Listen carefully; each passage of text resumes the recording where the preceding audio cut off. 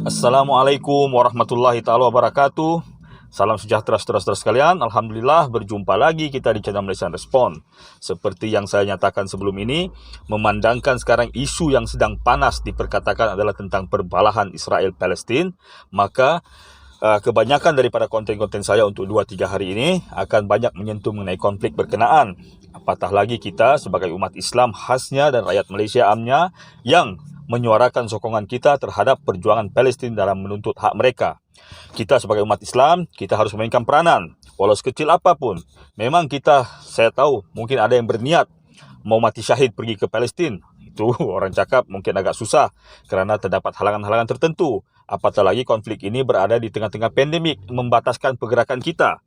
Mau pergi ziarah rumah terbuka pun susah. Okey, jadi kita harus memainkan peranan yang mampu kita mainkan. Paling ringan, berdoa. Tetapi kalau ada peranan lain seperti penyampaian fakta atau pembangkitan semangat, nah itu lebih baik. Thumbs up orang cakap. Okey, tapi sebelum saya melanjutkan topik yang ingin saya perbincangkan pada kali ini, iaitu betapa SOP yang dilaksanakan sekarang oleh kerajaan kita merugikan perekonomian kita umat Islam dan menguntungkan perekonomian Yahudi, maka saya sarankan saudara menonton dulu video-video yang saya rakam tadi. Okey, jom. Okey, saudara-saudara, saksikan sendiri ya, betapa banyaknya gerai-gerai kaum Bumi Putra Islam yang terpaksa menangguhkan perniagaan mereka. Bukan gerai saja, restoran-restoran. Coba tengok. Ini contoh saudara-saudara sekalian ya. Ini contoh, nanti saya akan bagi contoh yang lain pula. Okey, perhatikan ya. Perhatikan pula yang ini. Itu Burger King ya, drive-thru. Coba perhatikan betapa banyaknya kereta. Kereta nak masuk drive-thru. Tengok. Burger King punya drive-thru. Sekejap lagi kita tengok McDonald punya, Starbucks punya. Semualah sekejap. Okey, saksikan yang ini ya. Mohon maaf kalau rakaman saya kurang inilah orang cakap. Itu McDonald. Perhatikan ya, McDonald di Klang. McDonald. Ini jalan biasa di samping sebelah kanan, kiri. Coba tengok. Coba tengok queue, perhatikan queue orang pergi McDonald. Lorong sebelah kanan laju, lorong sebelah kiri jam. Bukan jam apa, diorang semua mau pergi McDonald. Perhatikan saudara-saudara, saya tidak cakap kosong.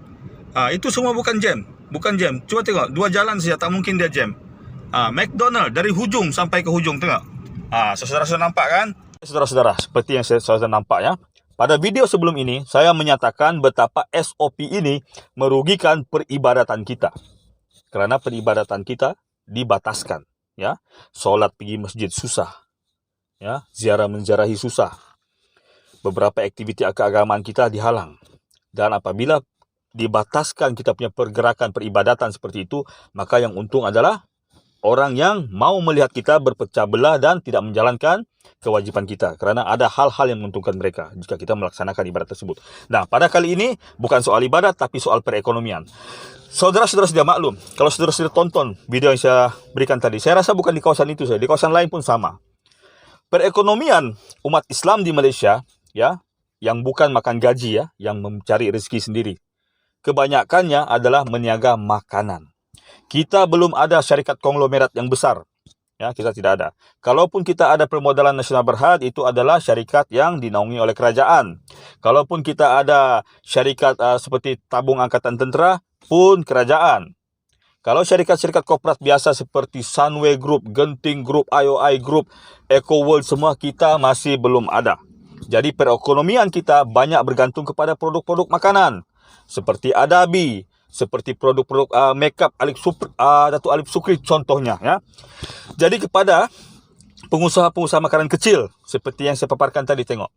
SOP ini telah membataskan perniagaan orang-orang yang berniaga gerai-gerai kecil, pasar malam dan restoran-restoran. Seperti yang kita sedia maklum, restoran orang-orang Islam tidak berapa sesuai untuk take away. Tidak berapa sesuai untuk take away. Kerana jika ada order daripada GrabFood atau Foodpanda, penyediaannya memakan masa. Kemudian, saudara-saudara kita daripada golongan India Muslim, kedai mamak, kita sedia maklum, 70% daripada peratusan pengunjung ataupun orang yang memberikan sumbangan ekonomi kepada kedai mamak mau makan dalam kedai mamak, lepak di kedai mamak, orang cakap, lepak-lepak layan teh tarik atau nasi kandar. Tetapi semasa musim PKP sekarang, SOP yang dilaksanakan telah sekali lagi membataskan orang cakap produk yang mereka jual. Takkan orang mau order Food Panda untuk tapau roti kosong, roti canai? Tidak mungkin kan? Kemudian peniaga-peniaga burger. Peniaga-peniaga burger sangat banyak dirugikan. Peniaga-peniaga sarapan pagi. Kita tidak ada outlet yang besar. Kita ada gerai-gerai kecil.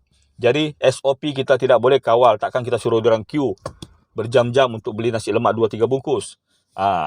Tetapi sebaliknya, kalau saudara-saudara perhatikan video yang saya paparkan tadi, nampak Burger King, Starbucks, McDonald, serta beberapa produk-produk yang terang-terangan merupakan produk daripada puak Yahudi mengeruk keuntungan yang berlipat kali ganda.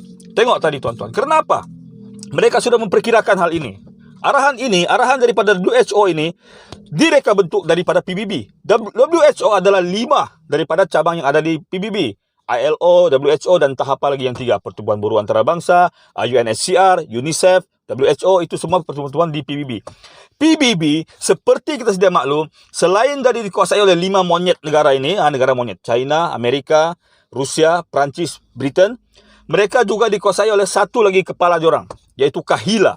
Tahukah saudara-saudara sekalian apa itu Kahila? Kahila ini merupakan pertubuhan Yahudi yang menguasai PBB dan protokol-protokolnya. Jadi, WHO mengeluarkan SOP yang ada di negara-negara sekarang, sebenarnya mereka sudah kaji bertahun-tahun lamanya. Jadi, apa yang diorang mau tembak? Perekonomian, peribadatan, pergolakan, semua diorang mau kontrol. Jadi, saudara nampak? Selain kita rugi banyak hal, ekonomi pun kita sudah rugi. Tengok video yang saya paparkan tadi. Saya tidak cakap kosong, saya bagi bukti. Jadi, saudara-saudara renung-renungkanlah. Tepuk dada tanya selera. Saya tidak ajak kamu boikot, tapi kalau mau boikot lebih bagus. Ini peranan yang saya mainkan. Saya bukan orang alim, saya bukan orang bijak, saya bukan orang yang bergagah berani sampai angkat senjata pergi Israel sana, pergi Gaza, tidak. Tapi paling tidak kita mainkan peranan yang mampu kita jalankan. Jadi saya berpesan kepada saudara-saudara sekalian, jangan mau dibodoh-bodohi. Kerajaan kita saya tidak tahu, wallahu alam. Tapi kemungkinan besar mereka terpaksa ambil vaksin produk Yahudi, terpaksa melaksanakan SOP arahan Yahudi, terpaksa melakukan banyak hal-hal yang sudah tidak masuk akal. Malahan bantuan-bantuan yang selama ini diberi kepada kita pun ada kemungkinan besar modulnya berdasarkan daripada arahan-arahan Yahudi. Apabila kerajaan sudah tak ada wang, itulah sifat Yahudi. Seperti yang pernah berlaku di Perancis dan Britain semasa perang Napoleon dulu. Mereka akan membiarkan negara berkenaan terkapai-kapai, tidak mampu melakukan apa-apa sampai meminjam kepada bank-bank besar yang dikuasai oleh Yahudi. Tengok betapa bijaknya Yahudi dari segi perekonomian. Moratorium diberikan kepada kita. Jadi kita tidak bayar selama berbulan-bulan. Siapa yang rugi? Diri kita sendiri. Kerana apa? Pertama, tempoh tabungan pembayaran kita semakin panjang, 6 bulan. Kedua, apabila moratorium habis, bank berleluasa mengira bunga mengikut cita rasa mereka. Sesedap orange sudah diorang bikin. Kita boleh buat apa? Kita tidak boleh menentang bank. Belum ada orang pergi mahkamah lawan bank boleh menang. Tidak ada. Dan bank ini mengadakan apa? Riba. Semua produk perbankan Islam semasa berakhirnya moratorium, orang cakap lumpuh sama sekali. Jadi saudara-saudara sekalian nampak, apa yang saya katakan bukan cakap kosong, terbukti. Sila sebarkan video ini jika saudara-saudara sekalian mau memainkan peranan untuk kita mengetahui jarum-jarum yang mau dicucuk oleh Yahudi ke atas kita umat Islam. Assalamualaikum warahmatullahi taala wabarakatuh.